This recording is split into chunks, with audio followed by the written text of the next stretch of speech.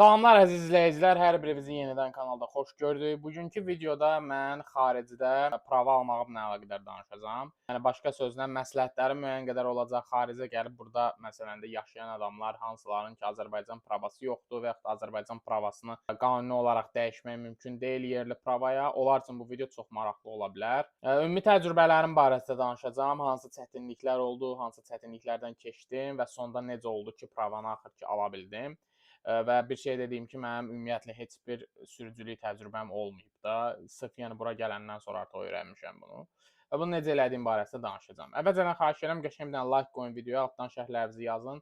Dostlarınızla paylaşın. Bu kanalda sırf xarici təhsil, yaşam məsələlərinə əlaqədar danışıram. Belə mövzularda maraqlı olan adamlar tanıyırsınızsa, özünüz maraqlısınızsa və yəni ki, ümumiyyətlə də tanışlarınız arasında, qohumlarınız arasında belə mövzulara maraqlı olan, xaricə gəlib oxumaq istəyən falan tipli adamlar varsa, mütləq şəkildə paylaşın bu videonu, qoyun sayımız artsın. Və təbii ki, kanala da abunə olub zınqrov düyməsində basmaq yaddan çıxmasın. Çünki bu kanalın daha da inkişaf eləməsinə səbəb olur və son nəticədə kanal böyüyür və mən də daha çox motivasiyalı oluram ki, sizlə belə videoları paylaşım. Deməli, ilk öncə ondan başlayım ki, mən də Estoniyada yaşayıram, onu da deyim. Mən burada sürücülük imtahanından 6 dəfə kəsilmişəm. Yəni söhbət Yezdadan gedir də. Teoriyadan, yəni nəzəriyyədən yox, nəzəriyyəni rahatlıqla keçmişdim. Praktiki olaraq sırf Yezdadan 6 dəfə kəsildiyim olub mənim burada. Və bu kəsilmənin də səbəbləri elə aşağı-yuxarı eyni idi də. Elə imtahana gedib stres keçirdirdin. Və təbii ki, heç bir sürücülük təcrübəm də yox idi. Nə öyrənmişdimsə burada öyrənmişdim.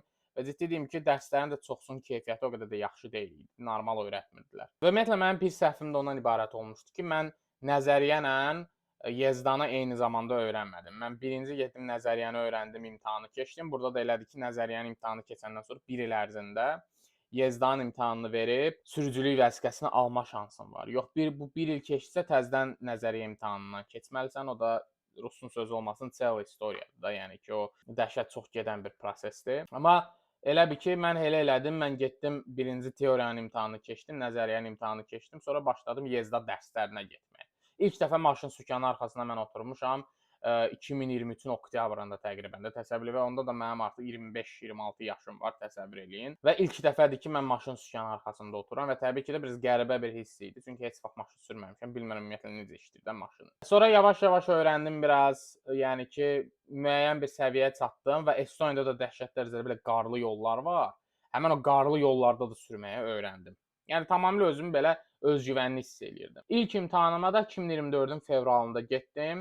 Həmin imtahanda praktiki olaraq imtahan başlayan kimi kəsildim. Məsələ də nə idi? Çox həyəcanlı idim və plus da ki, belə maşının özü də bir balaca qəribə park olunmuşdu da. O park yerindən çıxmaq mənim üçün bir balaca çətin oldu və çıxanda da park yerindən çıxmağa daha çox fikir verdim. Nəinki ətrafda nə bilim də olan adamlar olsun, maşınlar olsun falan fikir vermirdim. Elə çıxırdım arxa-arxaya, arkada adam var imiş səndə və mən onu görmürdümmüş, belə bir şey. Və təbii ki, elə olan halda da imtahan götürən adam hansı ki, mənim yanımda oturur, öz tərəfindən pedala bastı. Artıq bundan sonra mən bilirdim ki, imtahan yəni ki, tamamilə getdi də işinin dalıyca, cəhənnəmə getdi, gorbagor oldu, necə deyərlər.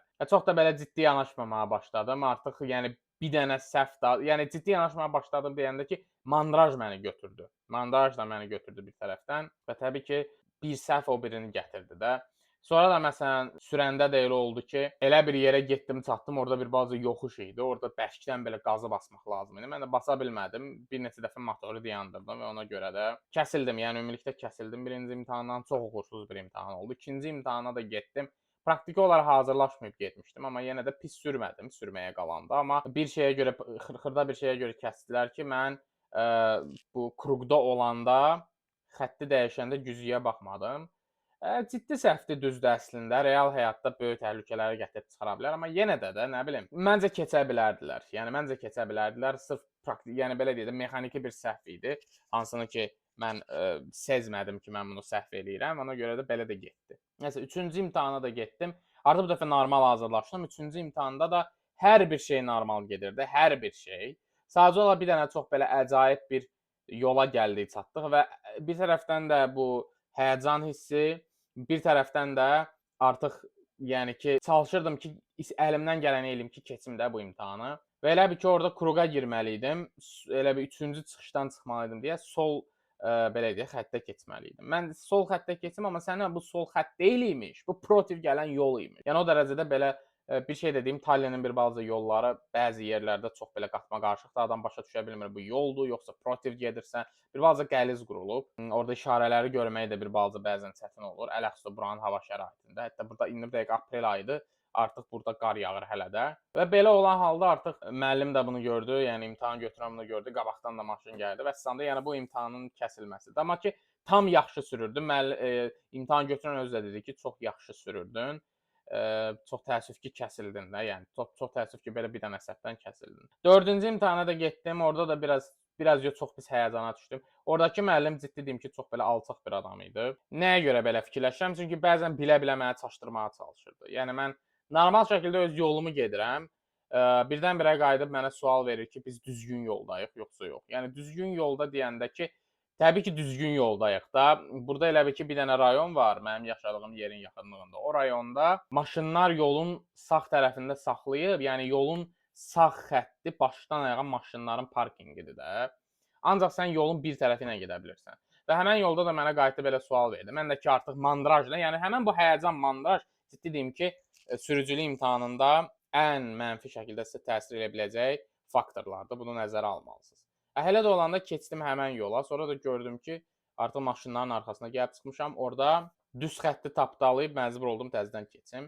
Və sonra da döngələrdə də bir balaca mənə deyir ki, düzgün dönmürsən. Ondan da belə kəsildim. 5-ci imtahanda da getdim yolun ayrıcına çıxanda çox belə gec reaksiya verib, gec yəni döndüm sola. Onda da bir dəfə kəsdi.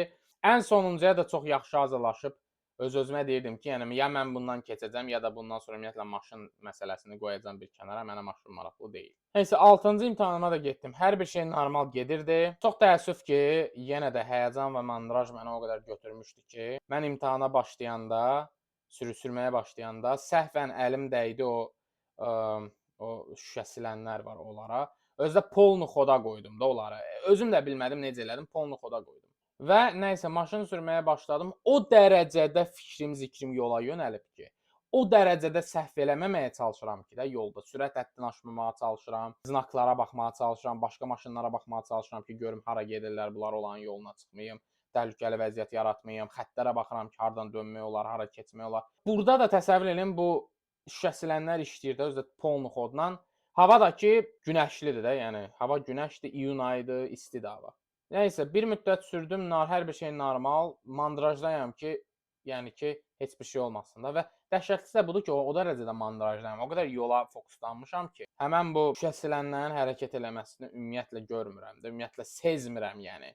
Görmürəm, yox, sezmirəm. Yəni görürəm gözümün qabağındadır, amma mən ona fikir vermirəm ümumiyyətlə. Elə bir ki, heç orada yoxdur. Fikir vermirəm. Nəysə, sonra artıq bir müddət keçəndən sonra müəllim dedi ki, ver sağa saxla. Mən dedim ki, nə etmişəm? Deyir ki, yağış görürsən burada. Deyirəm, yox, nə dəxli var? Deyir ki, ben onda şeylər niyə yanıq saxlamısan da, bu şüşə silənləri özü də polnu kodla. O deyir ki, mən sənə də icazə verməyəcəm də maşını sındırasan. Yəni belə eləmək maşını sındırırmış da. Quru səthə, quru patpresə o şeyləri istifadə eləmək maşını sındırırmış güya. Nəysə, yenə də mən dedim ki, bu təhlükəsizliklə əlaqədar bir səhv deyil. Özü də mənə dedi ki, 50-50-yə qalmışam da, imtahanı davam elətdirim sənlə, yoxsa kəsim, bilmirəm. Dedim ki, davam elətdirək də, yəni ki, bu təhlükəsizliklə əlaqəli bir səhv deyil. Sadəcə əlim gedib, özüm də mandrajdayım, yola baxıram, fikrim ordadır. Nəysə, amma axırda da, yəni ki, o da dirəşib dedi ki, yox da sən kompetent deyilsən. Nəysə, kəsdi mənə başqa sözünü 6-cı dəfə və bu imtahandan çıxandan sonra tam ciddi deyim ki, belə deyək də, ən belə böyük xəyal qırıqlığına uğradığım imtahan da məhz bu oldu. Və bundan sonra öz-özümə qayıtdım, dedim ki, mən daha yeni bir imtahan götürməyəcəm. Nəysə, təkid elədilər mənə ki, imtahan götür, amma Tallində götürmə, paytaxt şəhərində götürmə, başqa yerdə götür.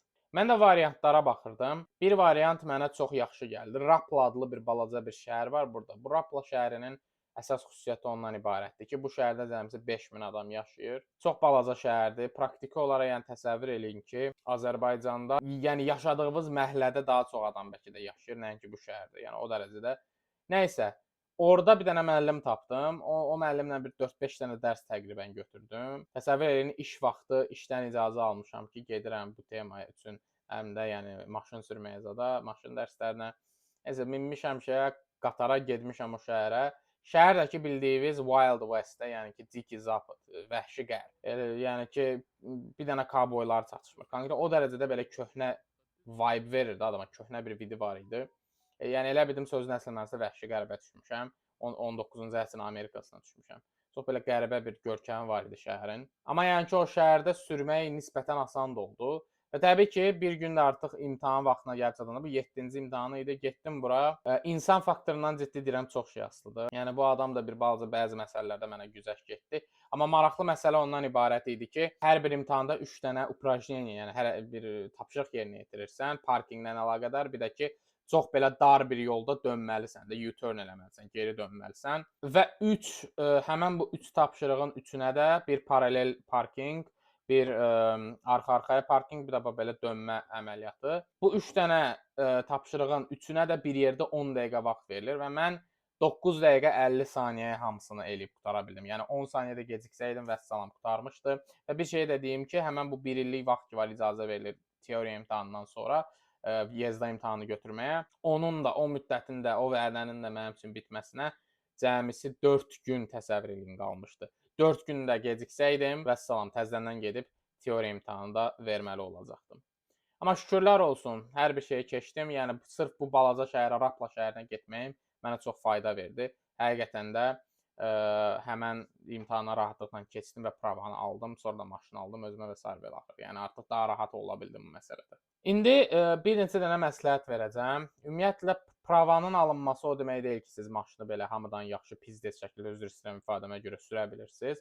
Belə bir şey yoxdur. Maşını yaxşı sürməyin bir nömrəli determinantı deyək, yəni bunu müəyyən edən şey sizin praktikanızdır. Nə qədər çox sürəcəksiniz, nə qədər çox yola çıxacaqsınız, bir o qədər də yaxşı şəkildə öyrənəcəksiniz. Mən yəni ki, tam ciddi deyirəm ki, həmən bu pravanı alandan sonra da bir neçə ay maşın sürmədim, çünki maşın ala bilmirdim. Sonra aldım və sürməyə başladım. Gördüm ki, yenə də mən çox belə bəzən kobud səhvlər eləyirəm də, ən çox da döngələrdə falan. Məsələn, imtahanda belə səhvlər eləsəydim çoxdan kəsmişdilər. Amma məsələnin də mahiyyəti budur. Mən sürməliyəm ki, bunları öyrənim. Yəni ayda ildə bir dəfə dərsə yeyib sürməklə olmur da. Bax belə. Həyəcan məsələsi çox önəmli bir şeydir. Mən demək olar 6 dənə imtahanın 6-sından da həyəcanıma görə kəsilmişdim. 7-cidə axır ki keçdim. Amma yenə də həyəcanlı idim. Təsəvvür edin, tər buramdan axırdı. Müəllim mənə belə qayıtdı dedi ki, yəni ki take it easy, yəni ki sakit ol da dedi. Hə, bax belə, bu həyəcan məsələsi olduqca önəmlidir. Bir dənə məsləhətim ondan olacaq ki, qəti şəkildə imtahandan əvvəl ac qarnına imtahana getməyin, imtahandan əvvəl siqaret, miqaret falan çəkməyin, imtahandan əvvəl kofe içməyin, çay içməyin. Nəyə görə bunları deyirəm? Çünki bu şeylər həddindən artıq adamı belə elə bil gibberish deyirlər ingilis dilində. Yəni belə də trivojni eləyir də, yəni ki, belə adam silkələnir öz-özlüyündən. Bir balaca bu, mən bilən qanda adrenalinin miqdarını artırır o. Bütün bu adını çəkdiyim şeylər. Ona görə də bir balaca siz də özünüzü daha çox həyəcanlı hiss edirsiniz. Ac qarnına getməyin. Məsləhətim budur ki, bir qəşəng bir banan falan yeyin gedin. Bir yaxşı qidalanın gedin. Çox ağır da qidalanmayın. Amma müəyyən qədər yəni ki, qarnımız, mədəmiz tox olmalıdır gedəndə ki, həyəcanı da ki, bir balaca sizdə aşağı olsun. Və ən əsası da ki, çoxlu təcrübədən keçin. Həqiqətən də çox şanslısınızsa, sizin nə bilim də qohumunuzun, nə bilim də və yaxud da ailə üzvünüzün, atanızın, ananızın, bilmirəm də, yoldaşınızın ola bilər və yaxud da yaxın bir dostunuzun maşını varsa və onlar o maşını sizə praktika üçün verməyə həqiqətən də hazırdırlarsa, əlinizdən gələni eləyin ki, bu şansdan istifadə edib maşını öyrənəsiniz də praktiki olaraq istifadə eləmək. Təbii ki, Azərbaycandan söhbət getmir. Azərbaycanda çox adam pravanı sadəcə o gedir, alır. Amma əgər Avropaya falan gəlirsinizsə, burada elə deyil. Burada heç kəs sizə prava belə verən deyil. Mütləq şəkildə gərək gedib imtahanlardan bitən keçəsiniz ki, ondan sonra pravanızı alasınız. Yəni ən birinci dəfədən pravanın imtahanını keçmək üçün ən əsas olan praktikadır, həyəcanınızın aşağı düşməsidir və bir də ki, yəni belə deyim də, bir dəfədən də olmasa bir neçə dəfədən sonra keçmək üçün, yəni ki, bax mən belə oldu. 6 dəfə gördüm ki, mən Tallində keçə bilmirəm. Çünki Tallinnin yarım milyon əhalisi var. Cəmaət burada o qədər də belə yaxşı sürmür. Bəzən çox aqressiv, səbirsiz sürürlər və təbii ki, öyrənən bir adam üçün də belə sürmək yaxşı deyil də. Çünki sən çaşırsan yolda, bilmirsən necə hərəkət eləyəsən. Biri birdən-birə qabağına çıxır falan filan. Yəni belə giz-giz şeylər olur. Yəni bəzən belə şərəfsiz adamlar da olur da. İmtahan vaxtı bir də görsən səni çaşdırmağa çalışırlar. Raplanın özündə belə sürəndə. Təsəvvür edin, mənim qabağımda maneə var. O maneənin qabağında dayanmışam ki, qabaqdan gələn adam keçsin. Bu adam orada özü saxlayıb mənə yol vermək istəyir. Sən kimə yol verirsən qardaşım? Mənim qabağımdadır maneə. Keç. Və sonra da mən də gözləyirəm ki, bu gəlsin, əlimlə belə eləyirəm. Əsəbləşir orada mənim əl-qol atmağa başlayır. Yəni bildiyin imtahanı sabotajdır da bu bildiyin yəni ki. Çünki mən orada keçsəydim, ona yol verməyib keçsəydim, imtahanı kəsilmişdim, amma yol verdim, keçdim. Bu da böyük bir şey olmadı. Bax belə, bəzən belə sabotaj eləyənlər də olur. Ona görə də mən məsələn bir neçə dəfə gördüm ki, Tallində belə şeylər çox olur. Hətta Raplada da olursa gördü Tallində nə biabırçılıqdır. Və ona görə də mən qərar aldım ki, iri şəhərlərdə artıq imtahan keçməyəcəm. Gedəcəm balaca şəhərlərdə keçəcəm. Rapla kimi məsələn 5000 əhalisi var. Bizim o Məhəmməddə yaşadığımız məhəllədə, o Azərbaycanda mənim anamın yaşadığı məhəllədə daha çox adam var, nəinki həmən şəhərdə. Tam ciddi sözümdür. Belə, ümid edirəm video sizin üçün faydalı oldu. Kanala abunə olub zınqrov düyməsini basmaq yaddan çıxmasın. Özünüzə yaxşı baxın. Allah amanında.